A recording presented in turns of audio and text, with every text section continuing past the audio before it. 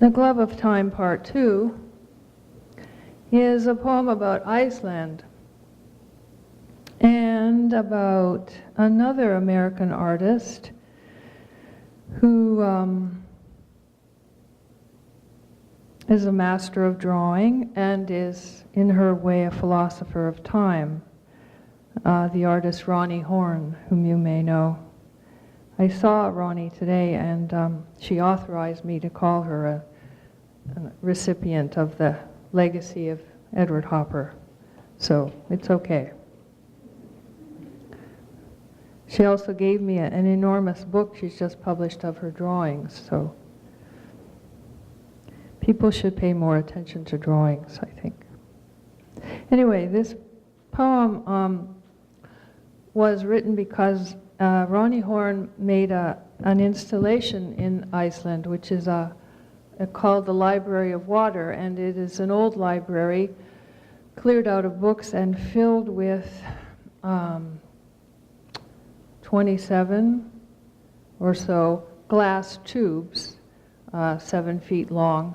And in each of the tubes is some of the water of a glacier of Iceland. She traveled around and collected water from all the glaciers of Iceland and housed them in these glass tubes. So it's a huge round room looking out on the sea with these tubes of glacier water, all slightly different color because they have different chemical compounds and they have residue in them. It's how you can tell if there's been an earthquake overnight, a slight earthquake, that the residue is all distributed through the column. Anyway, so Corey and I went to live in a small room under this installation one winter and stayed there for 4 months with certain consequences, which you will learn about. It was a small town called Stykkishólmur, a dark and windy town. The Glove of Time, Part 2. Sky before dawn is blackish green, perhaps a sign. I should learn more about signs. Turning a corner to the harbor, the wind hits me a punch in the face. I always walk in the morning. I don't know why anymore. Life is short. My shadow goes before me. With its hood up, it looks like a walking foghorn. Ice on the road, ice on the sidewalk, nowhere to step. It's better to step where the little black stones are, not so slippery.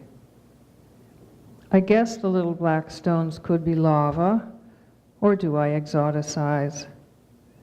A man hurries past with a small dog. No one says hello. A pink schoolgirl passes, looks in my face. No one says hello. No one expects to see a foghorn out walking so early.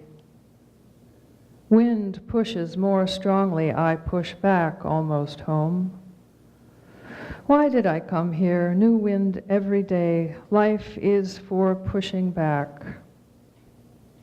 Now it is day. A gold eyelid opens over the harbor. People who live here learn not to complain about the wind. I go inside, make tea, eat bran flakes, read 3 pages of Proust. Proust is complaining, it is 1914, about the verb savoir as used by journalists. He says they use it not as a sign of the future, but as a sign of their desires, sign of what they want the future to be. What's wrong with that, I think? I should learn more about signs.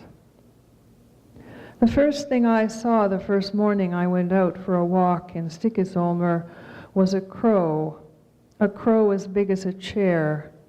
What's that chair doing on top of that house, I thought, then it flapped away. A crow that big is called a raven.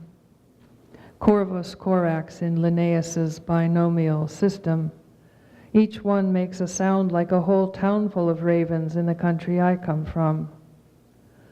3 adjectives that recur in the literature on ravens are omnivorous, pernicious, monogamous.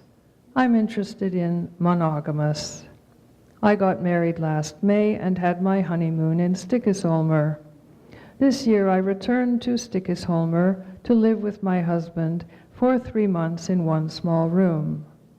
This extreme monogamy proved almost too much for us. Rather than murder each other, we rented a second place, Greta's house, near the pool. Now we are happily duogamous. There are ravens on the roof of both places. Perhaps they are the same ravens. I can't tell. If Ronnie Horn were here, she'd say, ravens are like water. They are wildly constant. They are a sign of Iceland. I should learn more about signs. I came to Stickisholmer to live in a library. The library contains not books, but glaciers. The glaciers are upright, silent, as perfectly ordered as books would be, but they are melted. What would it be like to live in a library of melted books, with sentences streaming over the floor and all the punctuation settled to the bottom as a residue? It would be confusing, unforgivable, an adventure. Ronnie Horn once told me that one of the Arctic explorers said, "To be having an adventure is a sign of incompetence." When I am feeling at my most incompetent, as I do in Stickisholmer many a dark morning walking into the wind, I try to conjure in mind something that is the opposite of incompetence. For example, the egg, this perfect form, perfect content, perfect food. In your dreams, said a more recent Arctic explorer, Anna Freud, you can have your eggs cooked as perfectly as you want, but you cannot eat them. Sometimes at night when I can't sleep because of the wind, I go and stand in the library of glaciers. I stand in another world, not the past, not the future, not paradise, not reality, not a dream, an other competence, wild and constant. And who knows why it exists? I stand amid glaciers, listen to the wind outside falling towards me from the outer edges of night and space. I have no theory of why we are here or what any of us is a sign of, but a room of melted glaciers reverberating with the night wind of Stickisholmer is a good place to ponder it. Each glacier is lit from underneath as memory is. Proust says memory is of two kinds.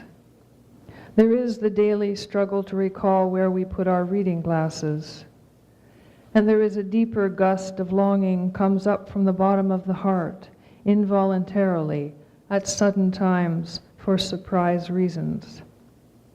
Here is an excerpt from a letter Proust wrote in 1913. We think we no longer love our dead, but that is because we do not remember them. Suddenly, we catch sight of an old glove and burst into tears. Before leaving the library, I turn off the lights. The glaciers go dark. Then I return to Greta's house, wake up my husband, ask him to make us some eggs.